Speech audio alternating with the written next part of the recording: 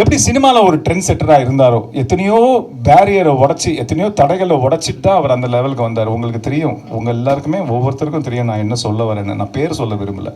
எவ்வளோ பேர் பெரிய ஆளுங்கள்லாம் இருந்தாங்க. அது எல்லாத்தையும் தாண்டி உடச்சி அவங்களோட பெரிய ஆளாக வரணுங்கிறது சினிமாவில் எவ்வளோ பெரிய கஷ்டமான விஷயம் அப்படிங்கிறது தெரியும். கிட்டத்தட்ட அங்கே வந்துட்டார். நான் கிட்டத்தட்ட அங்கே வந்துட்டாருன்னு ஏன் சொல்கிறேன்னு உங்களுக்கு தெரியும். அங்கே இருக்கிறவங்க அங்கே இருக்கிறாங்க, வந்துட்டார், ஈக்குவலாக வந்துட்டார். அதுக்கப்புறம் வந்து பீக்கில் இருக்கும்போது சரி வேண்டாம், நான் இந்த பக்கம் வரேன்.